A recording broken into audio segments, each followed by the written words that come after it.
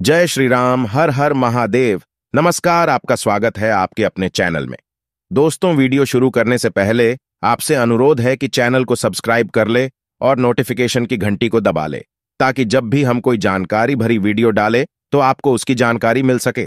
जय मां लक्ष्मी। आपके इस वीडियो को जो भी लाइक और चैनल को सब्सक्राइब करें, उसके जीवन में कभी भी धन की कमी ना होने देना। जिसके घर में हर महीने की पूर्णिमा को खीर बनती हो, ध्यान दीजिएगा, बहुत सुंदर संवाद चल रहा है, बहुत ध्यान देने वाली बात है।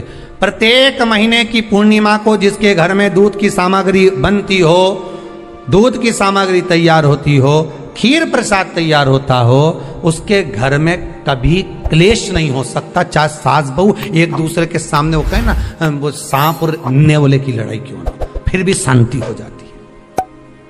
पर प्रत्येक महीने की पूर्णिमा होना चाहिए। ये नहीं कि तुमने एक महीने की पूर्णिमा पे बना लिया और दूसरे महीने की पूर्णिमा को गायब कर दिया। फिर कई सालों से कर रही हो, कई माताएं कर रही होंगी पूर्णिमा का व्रत। एक समय फलाहार करती हैं, एक समय भोजन करती हैं।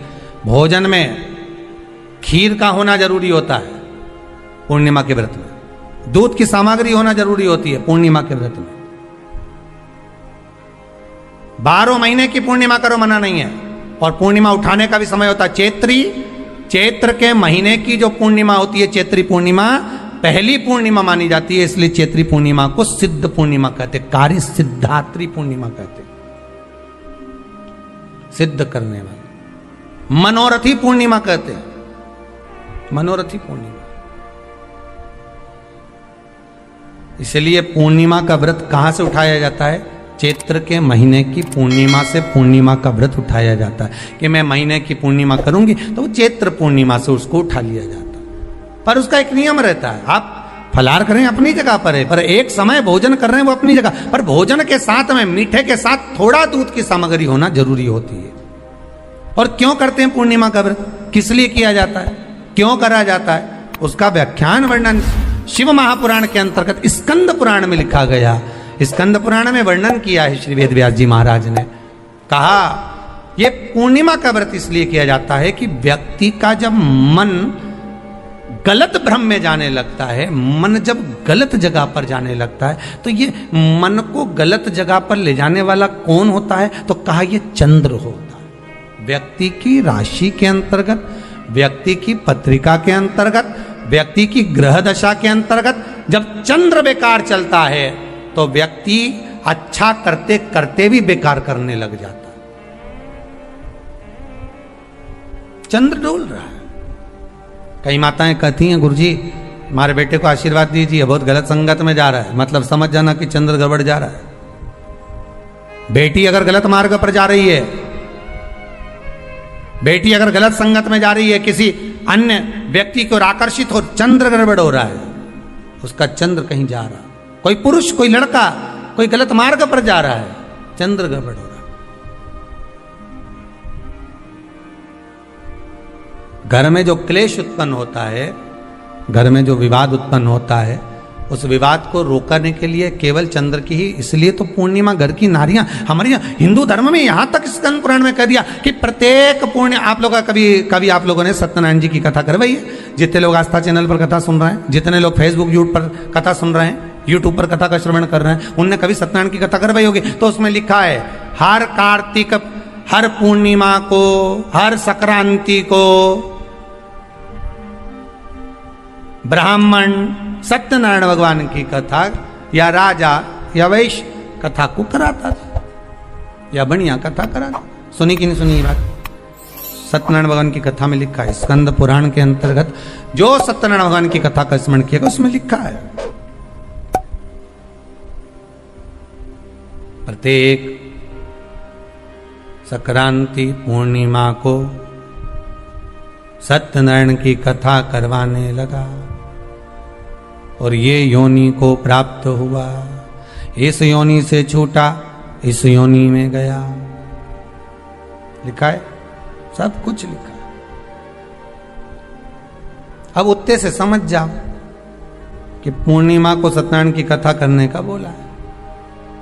तो पूर्णिमा को सत्यनारायण की कथा का क्यों बोला? वैसे तो रोज कराओ सत्यनारायण जी की कथा, प्रतिदिन कराओ, मना नहीं है। आप क्या कोई विशेष फंक्शन है आप सत्यनारायण जी की कथा करवा, पर पूर्णिमा संक्रांति को और संक्रांति को पूर्णिमा को सत्यनारायण की कथा का स्मरण क्यों करवाया गया? क्योंकि पूर्णिमा के दिन अगर ये भगवान का व्रत रख लेगी, पूर्णिमा के दिन अगर ये खीर का प्रसाद बना लेगी, थोड़ा सा दूध की कोई सामग्री बना लेगी और भगवान को भोग लगा देगी, भले सत्यनारायण भगवान के भाव से बनाए, भले सत्यनारायण जी के निमित्तार्थ बना, पर अगर इसने सत्यनारायण भगवान के निमित्त से बना, पर पूर्णिमा के दिन अगर ये व्रत रखेगी, उपास रखेगी या कोई सामग्री बनाकर भगवान की पूजन कर लेगी, तो इसके घर में जो अशांति है वो शांति में बदल जाएगी। इसलिए कई घरों में आज भी सत्यनारायण भगवान की पूजन हर पूर्णिमा को करती है। माता किताब लेके बैठ जाती है, तुरंत उन्हें ऑफिस जाना, कहीं काम पे जाना, और तुरंत उसने जल्दी जल्दी कलश रखा, कलश नहीं भी रखे तो भगवान की पूजन कर कुरा के ब्राह्मण देवता को बुला लेगी, ब्राह्मण नहीं आएंगे तो खुद कर लेगी, पर करती जरूर है। इतना सा आटा सेक लेगी, पंजेरी बनाई, सीरा बनाई, मिठाई रख दो, कुछ भी करेगी, पर सत्यनारायण की कथा कर ले, उसका मन लग गया उसमें। मतलब पूर्णिमा को करना है, उसको करने से क्या होता है? शांति रहती है। जय मां लक्ष्मी। आपके इस वीडियो को जो भी लाइक और चैनल को सब्सक्राइब करें, उसके जीवन में कभी भी धन की कमी ना होने देना। के शुक्ल पक्ष में आने वाली पूर्णिमा को कार्तिक पूर्णिमा कहते हैं। इस बार कार्तिक पूर्णिमा 27 नवंबर 2023 दिन सोमवार को है। आपको बता दें, इस दिन भगवान भोलेनाथ जी ने त्रिपुरासुर नामक राक्षस का संहार किया था, इसलिए इसे त्रिपुरारी पूर्णिमा भी कहते हैं। यदि इस दिन कृतिका नक्षत्र हो तो यह महाकार्तिकी होती है। वहीं रोहिणी नक्षत्र होने पर इस पूर्णिमा का विशेष फल प्राप्त होता है। रोहिणी नक्षत्र की वजह से इसका महत्व और अधिक बढ़ जाता है। मान्यता है कि कार्तिक पूर्णिमा पर संध्या के समय भगवान विष्णु का मत्स्य अवतार हुआ था। इस दिन गंगा स्नान के बाद दीपदान का फल 10 यज्ञों के समान होता है। ब्रह्मा, विष्णु, शिव, अंगिरा और आदित्य ने इसे महापुनीत पर्व कहा है। कार्तिक पूर्णिमा पर गंगा स्नान, दीपदान, होम यज्ञ और ईश्वर की उपासना का विशेष महत्व होता है। इस दिन किए जाने वाले धार्मिक कर्मकांड इस प्रकार है। आपको बता दें, पूर्णिमा के दिन प्रातःकाल जागकर व्रत का संकल्प ले और किसी पवित्र नदी, सरोवर या फिर कुंड में स्नान करें।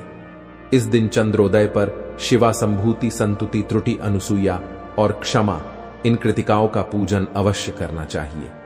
कार्तिक पूर्णिमा की रात्रि में व्रत करके बेल का दान करने से शिव फल प्राप्त होता है। गाय, हाथी, घोड़ा, रक्त और घी आदि का दान करने से संपत्ति बढ़ती है। कार्तिक पूर्णिमा से प्रारंभ होकर प्रत्येक पूर्णिमा को रात्रि में व्रत और जागरण करने से सभी मनोरथ सिद्ध होते हैं। कार्तिक पूर्णिमा का व्रत रखने वाली व्रतियों को किसी जरूरतमंद को भोजन और हवन अवश्य कराना चाहिए। आपको बता दें, इस दिन यमुना जी पर कार्तिक स्नान का समापन करके राधा कृष्ण का पूजन और दीपदान करना चाहिए। विशेष शुभ फल की प्राप्ति होती है। साथ ही साथ कार्तिक पूर्णिमा के दिन प्रातःकाल तुलसी माता की पूजा करके शाम को उनके सामने देसी घी का दीपक जलाना चाहिए। इस उपाय को करने से सुख समृद्धि की प्राप्ति होती है। वहीं इस दिन पीपल के वृक्ष की पूजा जरूर करनी चाहिए। कार्तिक पूर्णिमा के दिन पीपल के वृक्ष में मीठा जल डालने से माता लक्ष्मी की विशेष कृपा प्राप्त हो जाती है। कार्तिक पूर्णिमा की रात चंद्रदेव को दूध, गंगा जल और अक्षत मिलाकर अर्घ्य देना चाहिए। ऐसा माना जाता है कि इससे कुंडली से चंद्र दोष दूर हो जाता है। अर्घ्य देने के दौरान चंद्रदेव के मंत्र का जाप जरूर करें। कार्तिक पूर्णिमा की शाम को चंद्रमा के दर्शन अवश्य करने चाहिए। यदि पति पत्नी के बीच मनमुटाव रहता है तो इस दिन पति पत्नी साथ मिलकर चंद्रमा का दर्शन करें और उन्हें गाय के दूध का अर्घ्य दे। ऐसा करने से संबंधों में मधुरता आ जाएगी। साथ ही साथ आर्थिक तंगी से आप छुटकारा पाना चाहते हैं तो दोस्तों, इसके लिए आप कार्तिक पूर्णिमा के दिन श्री सूतक, कणक धारा, स्रोत विष्णु सहस्त्र नाम का पाठ अवश्य करना चाहिए। आपके सभी मनोरथ सिद्ध हो जाएंगे और आपकी समस्त मनोकामना पूर्ण होगी और भगवान विष्णु, माता लक्ष्मी प्रसन्न होकर समस्त मनोकामनाओं को आपकी पूर्ण कर देंगी। और दोस्तों, साथ ही साथ इस दिन आपको कोई भी फल माता लक्ष्मी और भगवान विष्णु को स्मरण करते हुए गाय को जरूर खिलाना चाहिए। ऐसा करने से आपको शुभ फल की प्राप्ति होगी। भगवान विष्णु, माता लक्ष्मी समस्त मनोकामनाएं आपकी पूर्ण कर देंगी। अगर आपको ये जानकारी पसंद आई तो वीडियो को लाइक जरूर करें। साथ ही कमेंट में जय श्री राम हर हर महादेव लिखना ना भूलें। ऐसी महत्वपूर्ण जानकारी वाले वीडियो देखने के लिए चैनल को सब्सक्राइब करें। धन्यवाद।